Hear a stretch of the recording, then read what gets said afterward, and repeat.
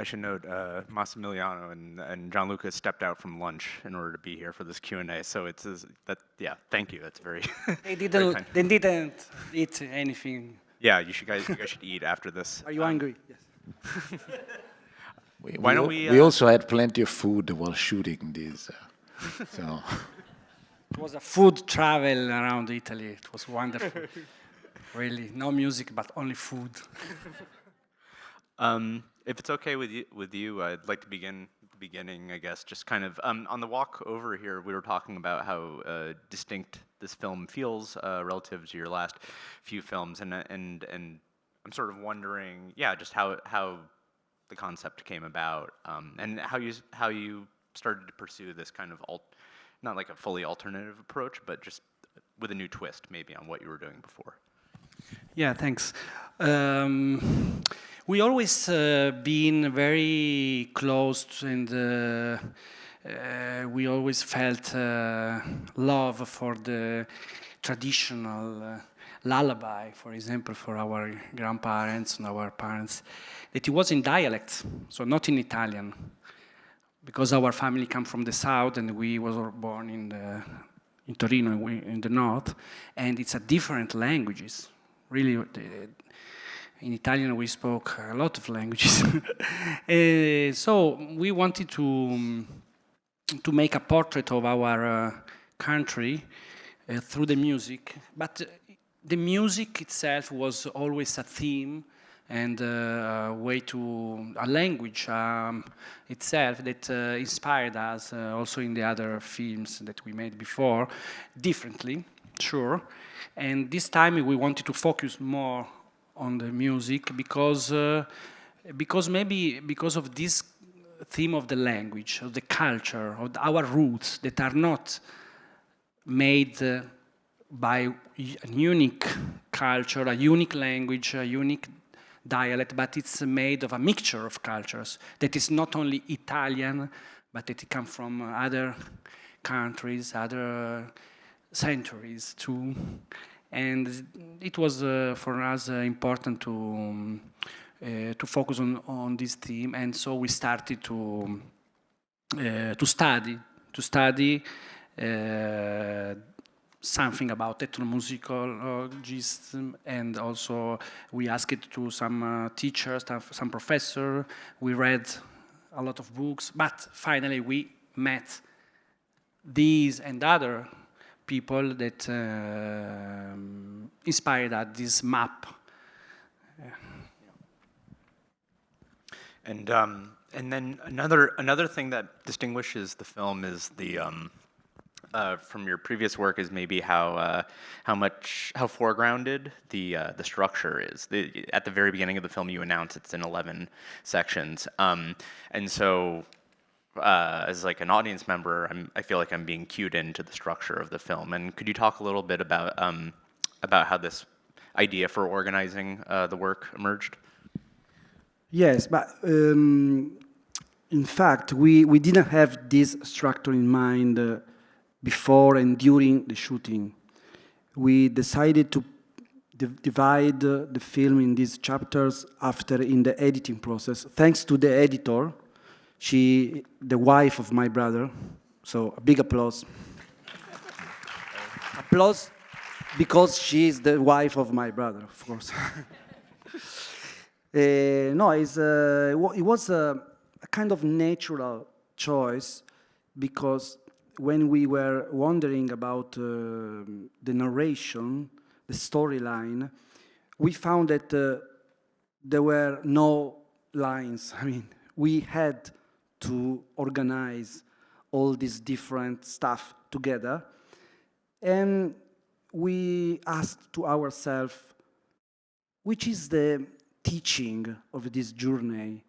Which are the teachings of this journey? And so we decided to create these chapters that are, each of these is a teaching for us, for our life, to struggle for survival. And yeah, I wanted to ask all three of you about your collaboration on I guess the cinematography of the film, right? Because I mean, compositionally, it's a very striking film, and you're also doing a lot of interesting things, I think, with the long take. Just generally, I'd love to hear from the three of you about sort of how you negotiate the collaboration with Piero while you're making the film. Piero, maybe you could answer. Well, first of all, I'd like to say that we know each other since the end of last millennium, I would say, when we were in university. So the knowledge of each other and the understanding of what we like and certainly for me understanding what they like and how they see and how they imagine the film even before they edited is definitely a big part of it. Like in this specific, I definitely didn't have the preparation about the music that they had. They knew exactly, who these people were, what they were doing, the kind of music that they were making, and the experience that they were coming from, and the history behind them, which I didn't know really. But what I knew is they had a very clear idea on how they wanted to film, and it was then a strong idea of respect. We wanted to not impose our vision over the reality of these people that perform these not because of fame or because they get that much out of it more than their passion and their joy of making this music and keeping this tradition alive.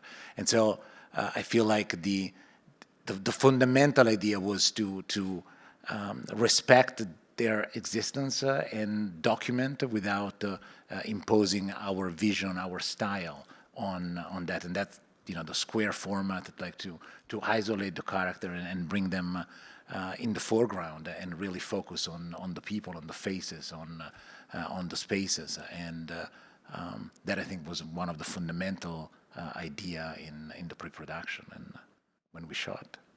Not only the characters, not only the people, but also the objects and the photographs and what they are showing us in the telephone and etc. So it was really it was a nice discussion with Piero at the beginning, which kind of format we can use, for example, and between a dish of meat and a pasta and a glass of wine, we decide maybe the square format can be as,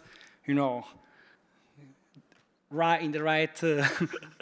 We can't discuss square format. We are twins. That's okay. The two similar side of the format could be the right. Also, it's more intimate, no? Because it's like you are close to them and like you are reading a collection of little images, no?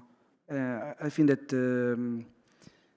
this is aspect ratio that give us this feeling to be together. No, it's like a confession. No? Also, we in cinema, in documentary, we have a responsibility because we are giving an image and a time, a duration to some people that lives in invisibility. So to respect, as Piero said before, respect them means give them the right time and don't be in rush. No? Okay, let's watch. Not the most, but some of them, they died during the editing, so after the shooting. Not because of us. No, okay. Okay. So, almost. Well, the film, I think everything is treated with a lot of reverence, but it's also treated with, there's like a perceptible kind of pleasure to hearing like specialists or experts talking about bodies of knowledge that maybe are kind of esoteric for like someone who's not a medievalist or an ethnomusicologist like me, but it's really one of the great pleasures of this film, and I was curious if that the kind of experience that we have listening to these, spending time with the subjects of the film, if that kind of, if that at all mirrors the way that you edited the film, or even just the way that you sort of pursued the research of the film generally, because you kind of feel like you're getting deeper and deeper into this very specialized subject. So. We met some of these ethnomusicologists. They gave us some suggestions, like, okay, you can go there and meet this guy. But we thought at the beginning that it was too much studied in the academy. So we wanted to know some people that even this professor they didn't know. So we go deeper, like in a deep immersion. For example, the guy singing the old Sicilian songs of the Urdunara. The Urdunara were these people bringing the carbone, coal, no? So, thank you. This is very, very particular. So it's very. This is the last one because he is almost 90 years old. So very, very rare and precious to us. So okay, we want to find him and we want to film him. So. Then when we met at the beginning, before shooting the film, the year before, each time that we met someone, he or she gave us the number of someone else. Oh, you have to looking for this guy making a song from a grandfather. He was a partisan in the war against fascists. Oh, that's great.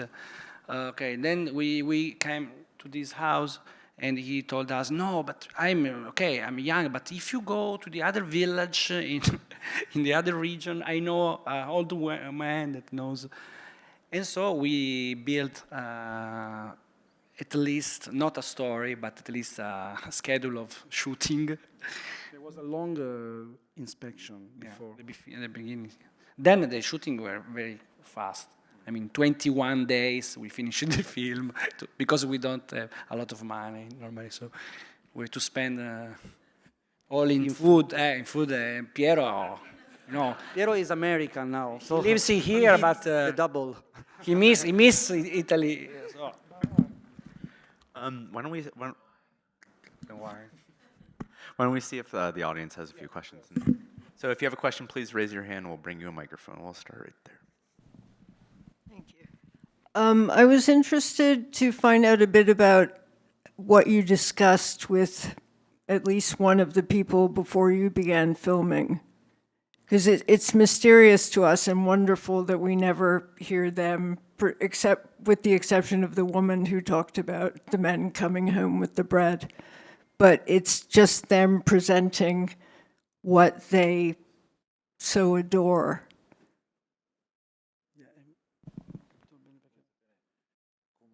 So how did you first discuss it with each person?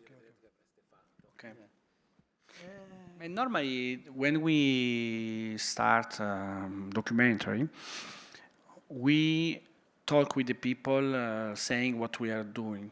What we wanted to do at the end was to document, to preserve the memories of something and of someone, and also to record the struggle against the homologation, against the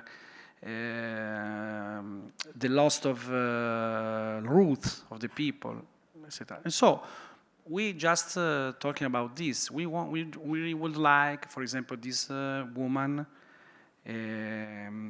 We asked her to tell us something about her own memories when she was young, and or about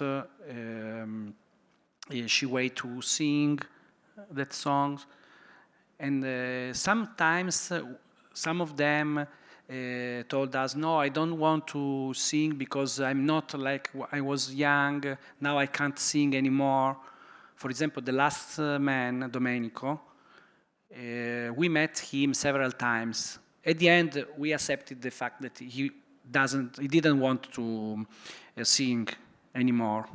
But he told us that he normally every day he went to his own garage when his car were there and listening to his own voice singing when he was young.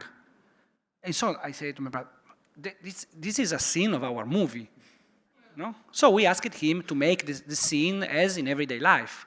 He did it. And then we asked him something and we record everything. And then he said, please sing us a song.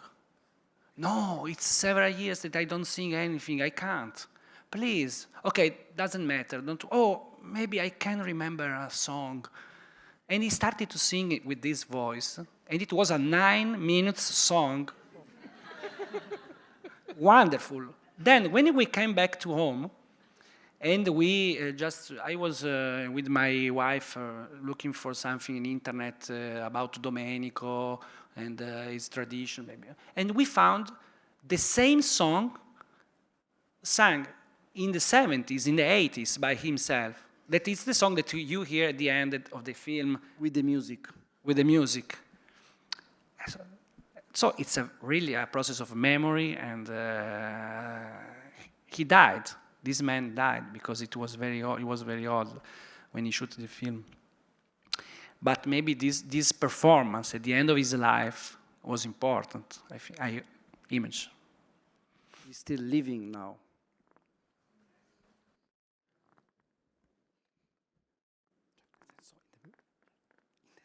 The soul. How did you end up using people and music from Calabria, Liguria, Sicilia, and particularly those places and not other places in Italy? Or was it just because the experts you talked to led you to those places? And just one more part, how did you end up with a man singing a Spanish song and playing a copy of an ancient Spanish instrument? Thank you. Yes, it's not Spanish. It's langue provençal. It's a Provençal language. Santiago de Compostela. Yeah. Yes. In the 15th century. No. Yeah, no, okay, but the song is a province. Yeah. No, about the first question, I don't remember. Come How did you end up with the Okay. No, we collected a lot of this situation in different regions. Yes, but we decided to create journey thanks to the text. So the text of the songs were our guide to make our choices. Okay, that's about the first question. The second one is he was a suggestion by an ethnomusicologist in Sicily. His name is Mario Sarica. He helped us a lot in that region. And he said us, okay, maybe you won't use this man, but he can tell you some good stories about instruments. And so I went there for the research, and I met him, and I found this space, this lab with a lot of instruments that he built since a lot of years. And I asked him to play all these instruments for me. And when I heard about this saltero, this is Spanish, I found that it was very, very musical. It could be a break in the movie, because the movie is all with voice, and this very sweet, and it transports us to another space. And all the movie, if we think better about this, is not only about Italian. It takes us in different direction, in Albania, or in Maghreb, in France, in Spain, in different places and in different times, different age, centuries. Okay, and he's also a kind of actor, because he plays the role of this monk, middle-aged monk. Well, it's very funny. In Sicilian tradition, because he is a kuntu. You know, the Sicilian tradition of kuntu, that are the telling the story tales, that was half sing, half played, and so he decided. Canta storia. Yeah, exactly. Canta storia. Right, I think we have time for one more question. Anyone?